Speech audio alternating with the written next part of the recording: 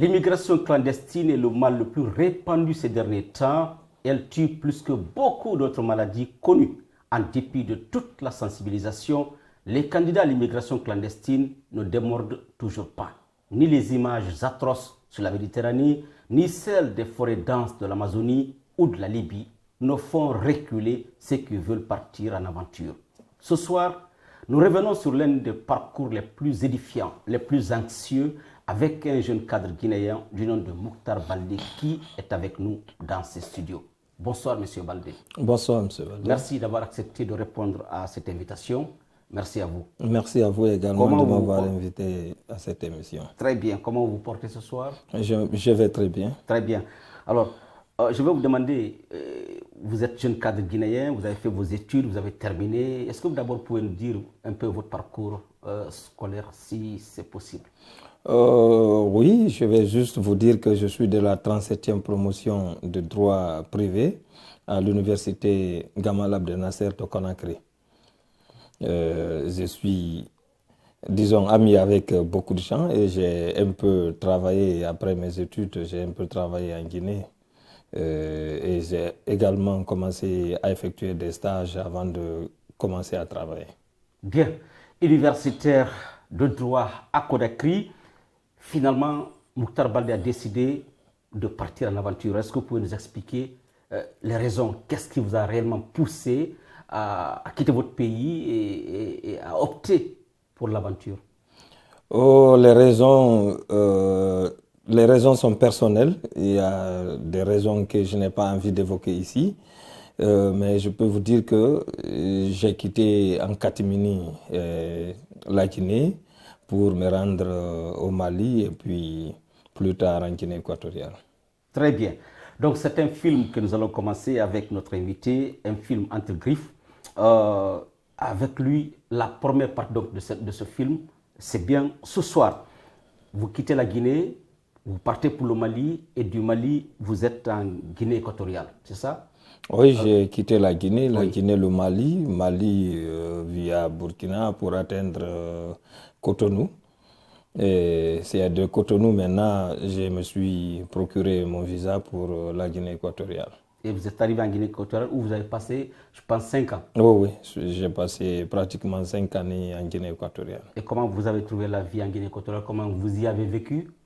Oh, je suis arrivé en Guinée équatoriale, j'avoue que ce n'était pas facile parce que c'est un pays xénophobe où le terme d'étranger est un terme très courant, donc où les étrangers sont imposés, où il est imposé aux étrangers d'avoir un certain nombre de documentations pour pouvoir y vivre.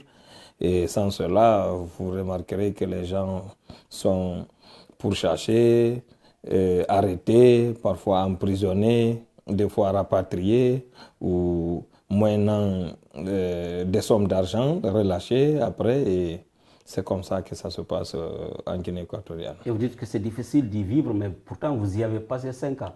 Oui, c'est difficile, mais j'ai eu beaucoup plus de chance que beaucoup de nos compatriotes, si je puis m'exprimer ainsi. J'ai eu la chance d'avoir des documents parce que là-bas, les documents, c'est une année renouvelable. Donc, j'ai eu ces documents pouvant me permettre d'y rester et de travailler le temps que j'ai passé là-bas. En aventure, pendant 5 ans en Guinée équatoriale, est-ce qu'on peut parler de fortune, ce que vous avez pu gagner en Guinée équatoriale, si c'est possible? Oui, je peux dire que j'ai gagné beaucoup en Guinée équatoriale parce que j'ai gagné en termes d'expérience.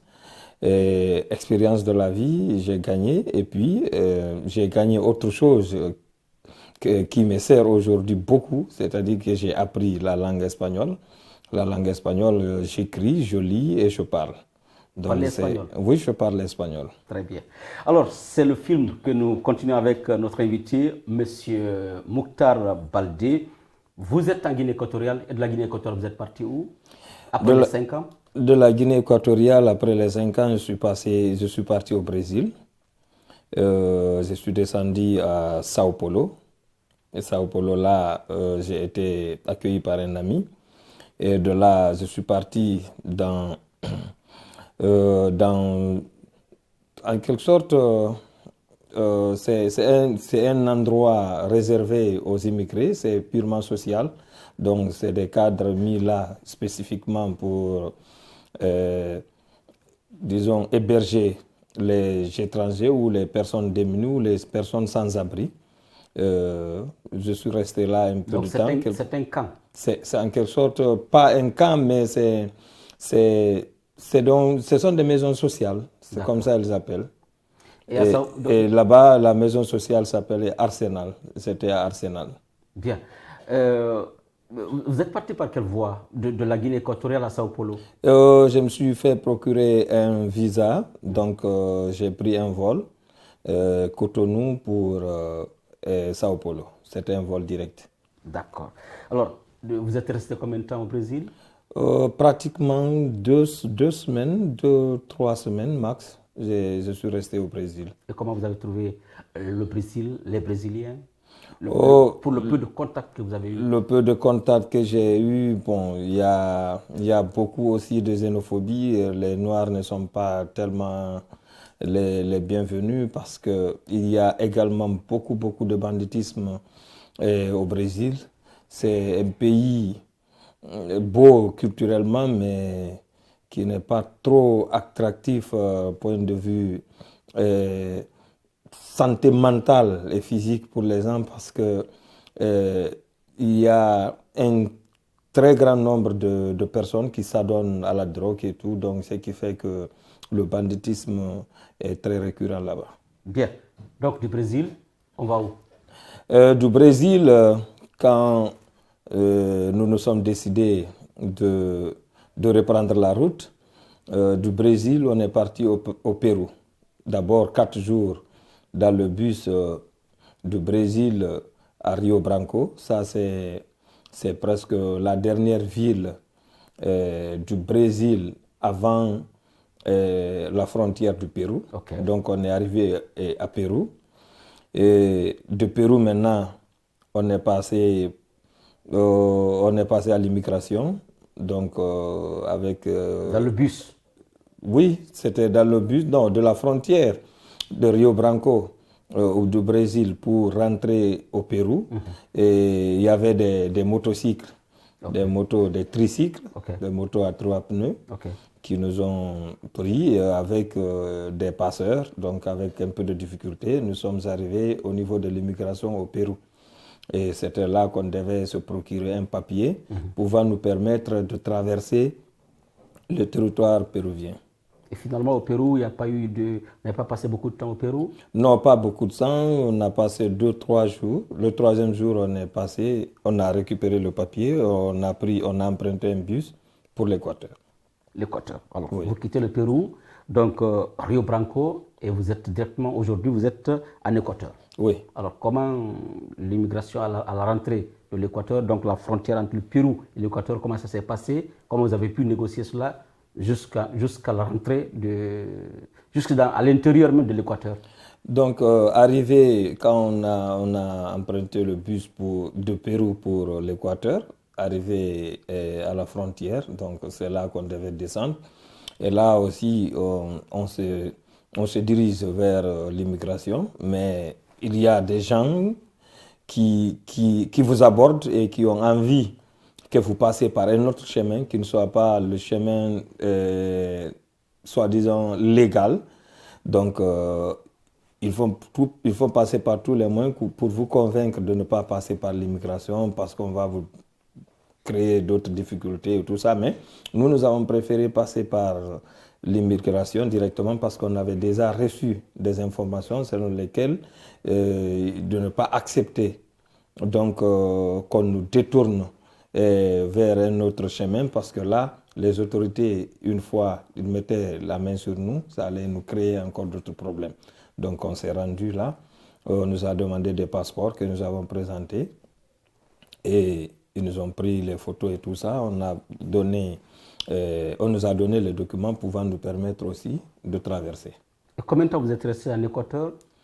À l'Équateur, c'est le même jour que nous sommes arrivés au Pérou, c'est le même jour qu'on a passé à l'Équateur. Non, je reviens au niveau de l'Équateur.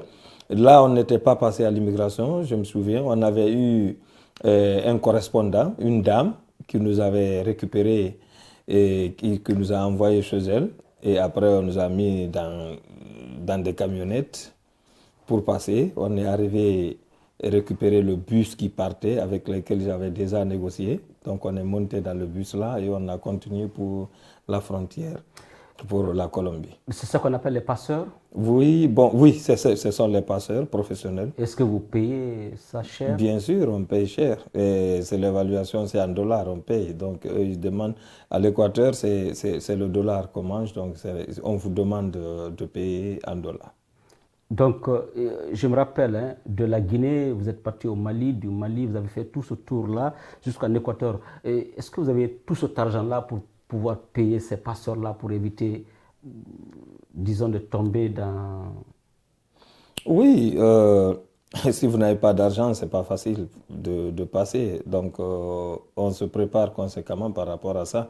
Mais l'argent que vous avez de l'Afrique pour le Brésil, généralement, cet argent-là, vous le laissez là-bas ou pour ceux qui sont très courageux, ils mettent l'argent avec eux, mais avec beaucoup de risques.